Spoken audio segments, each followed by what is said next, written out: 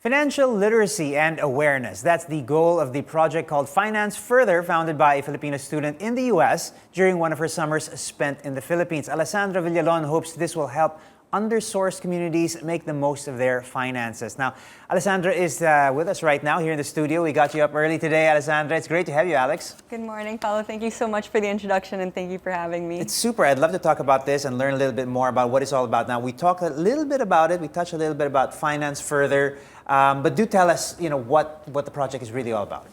Yeah, so I started Finance Further almost over a year ago. I was motivated to provide access to people of the basic information that they need in order to make important life decisions. Yeah. I think it's super important for families to be able to manage their household incomes and for individuals to manage their personal finances. And it's those important decisions like how much of your money are you going to allocate towards saving, investing, towards daily expenses.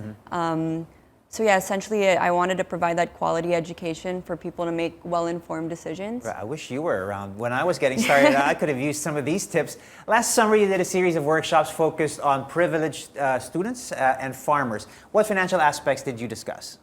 Yeah, so I essentially I came back thanks to the Projects for Peace Fund by Catherine Davis, given to me by my school. I was able to do a series of workshops over a few days. The first workshop that I did was with scholar students from the University of Rizal Systems. When I went to college, I realized that nobody ever taught me how to manage my own finances. I didn't know how much of my allowance I should be using every day, how much I could save. And essentially, that's why I wanted to work with college students first. And we went over basic investings, reading financial statements, how to acquire loans. And I educated them about the basic banking services with the rural bank and helped them set up their own savings accounts. Well, listen, people who have had the benefit of a more formal education, even us, we struggle with the subject of finances and how to manage your finances best. More so, I think, for people who don't have the benefit of formal education and just have a general discomfort with the idea of figuring out finances. How do you make a subject like this a little more digestible for people like us who have had a formal education, and more so for people who don't have a background? Yeah, so essentially I think a huge part of financial education is understanding how to maximize your resources, especially in a developing country like ours. Like if you have access to fewer resources, or say you have access to different amounts of resources in different situations in your life or in different time periods, being able to adapt to that and understanding fundamentally how to plan your finances, I think is most essential. The tendency is always, when you say save for a rainy day, okay, I need to save everything. But you do need to save and you do need to spend. What's the best way to figure out where that sweet spot is and where that comfort zone is and how to make the most out of living your life? Yeah, definitely. I think obviously it's different per individual. Sure. I think when you look at that sweet spot, you essentially want to plan for your future and adapt based on your goals.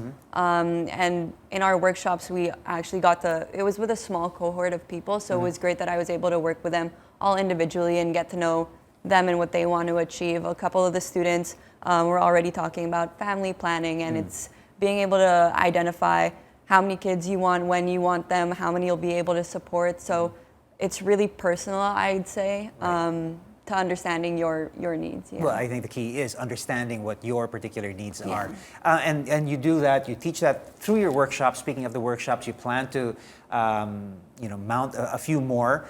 When do you plan to do these and where? Yeah, so in addressing the issue of the lack of financial education, I actually have 3 different approaches. Because it was really important for me to be able to work on it even when I'm studying abroad. Right. So one of the approaches is through social media.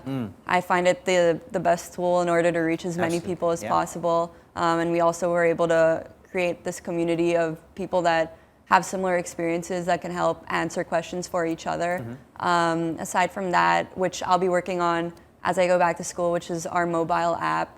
I'm currently studying engineering, so it's really important for me to be able to bring what I'm learning in school to help as many people as possible.